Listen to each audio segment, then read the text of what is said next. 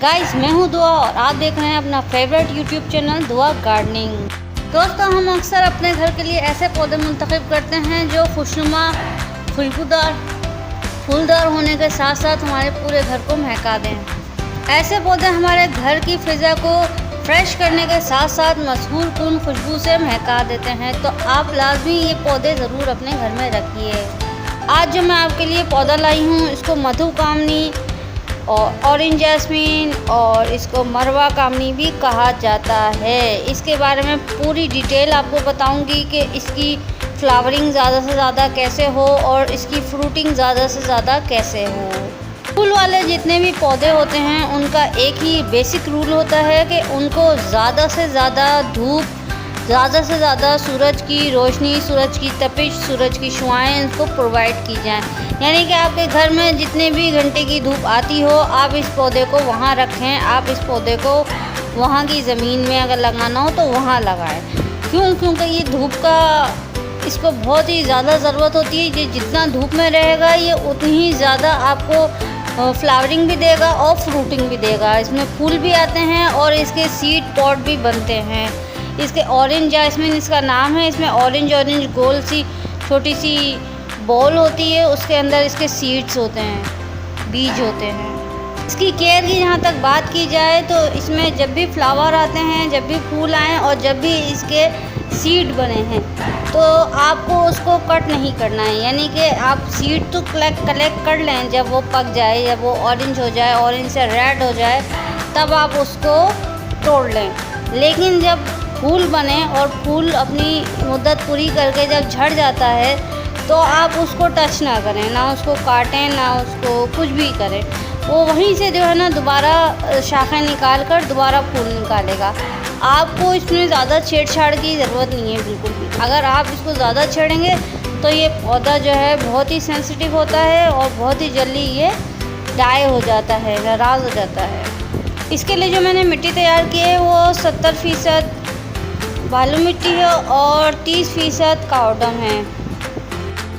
यहाँ पे एक बहुत ही इम्पोर्टेंट बात हमने जाननी है इस पौधे के बारे में। इसकी नेचर ये है कि ये ज़्यादा पानी बिल्कुल भी नहीं मांगता है। आप जब तक इसकी 2 इंच की मिट्टी ऊपर से खुश्क ना हो जाए, आप चाहे जिस भी तरीके के गमले में लगाएं, प्लास्टिक के गमले में लगाएं, टेराकोटा पॉट में लगाएं, किसी भी इसमें लगाएं, जब तक इसकी मिट्टी खुश्क नहीं हो जाती ऊपर से 2 इंच तक, तब तक आप इसको पानी ना लगाएं। अगर आप इसको रोज़ाना वाटरिंग करेंगे, इसकी ज़मीन को गीला रखेंगे तो ये बहुत ही जल्दी मुरझा जाएगा। अच्छा, यहाँ पर एक चीज़ और नोटिस करनी है कि हमें पता कैसे चलेगा कि मधुकामनी के सीड जो हैं बन के पक के तैयार हो चुके हैं। इसकी निशानी एक ये है कि ये पहले ऑरेंज शेड के होते हैं थोड़े थोड़े, और उसके बाद जब ये रेड कलर के हो जाते हैं और इनकी स्किन थोड़ी सी सिकुड़ जाती है, श्रिंक हो जाती है, तब ये इंडिकेशन होता है कि ये सीड जो है वो मैच्योर हो चुके हैं। अब आप इसको हार्वेस्ट कर सकते हैं और किसी दूसरे गमले में लगा सकते हैं या उसी गमले में भी लगा सकते हैं। मधुकामनी सीड से ग्रो करना बहुत ही आसान है। सिंपली आप मिट्टी में इसके सीड लगा दें और ऊपर से लीफ कंपोस्ट से कवर कर दें। आप देखेंगे कि हफ्ते 1.5 हफ्ते में आपको रिज़ल्ट सामने नज़र आ जाएगा। तो आप देख सकते हैं इस तरह मधुकामनी की सीडलिंग की जाती है। बहुत ही अच्छा रिज़ल्ट हमें हासिल हुआ है। आप चाहें तो इसके सीड पॉट से सीड्स निकाल के अलग अलग मुनासिब फासले से लगा दें किसी भी गमले में, वो भी कर सकते हैं। नहीं तो उसको वैसे ही साबुत ऑरेंज जिसकी जो बॉल्स होती हैं, सीड पॉट जो होते हैं, वो आप भी गमले में लगा सकते हैं। उससे भी वो 1 से 2 पौधे निकल आते हैं। तो इस तरह मैंने जो सीडलिंग की है वो एक गमले में नहीं की है, मैंने सीडलिंग 4-5 गमलों में मुख्तलिफ़ तरीके से की है। उसके भी रिज़ल्ट मैं आपको दिखा दूँगी इसी वीडियो में। और ये आप लगाएं पौधा, बहुत ही ज़बरदस्त पौधा है और घर में ही आपको इसके सीड मिल जाएंगे। अगर आपने एक दफ़ा ये परचेज़ कर लिया तो फिर आपको कभी भी इसको ख़रीदने की ज़रूरत नहीं पड़ेगी। इसके सीड्स आपको इसी पौधे में से इंशाअल्लाह ताला मिल जाएंगे और आप नेक्स्ट सीज़न के लिए वो अगली बहार के लिए आप वो सेव करके रख सकते हैं फ्रिज में। तो इस तरह जो है ये देखें माशाल्लाह से अभी एक छोटा पौधा है, ये वाला छोटा सा है और बाकी ये बड़े हो चुके हैं। ये 1 मंथ का रिज़ल्ट है। और बहुत अच्छा रिज़ल्ट मिला है, बहुत दिल खुश होता है।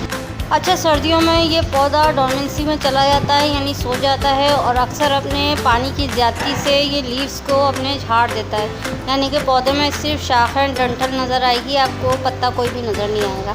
तो परेशान होने की ज़रूरत नहीं है। आप इसको सनी एरिया में रखें, यानी धूप में रखें, और इसको पानी उस वक्त लगाएं जब इसकी 2 इंच की मिट्टी ऊपर की खुश्क हो जाए। तो परेशान होने की ज़रूरत नहीं है। ये दोबारा बहार में इंशाल्लाह ताला दोबारा ग्रो होता है, और इसको वहीं रहने दें उसी गमले में। इसको रीपॉट बार बार नहीं करें, फर्टिलाइज़र बिल्कुल ना दें जब ये डोरमेंसी में चला जाए सर्दियों में तो। और इसको बस धूप में रखें। वीडियो पसंद आए तो लाइक करें, शेयर करें अपने फ्रेंड्स एंड फैमिली के साथ, स्पेशली वो लोग जो गार्डनिंग का शौक़ रखते हैं तो ज़रूर शेयर कीजिए। जुड़े रहिए दुआ गार्डनिंग के साथ। दुआ में याद रखिए। Take care. अल्लाह हाफिज़।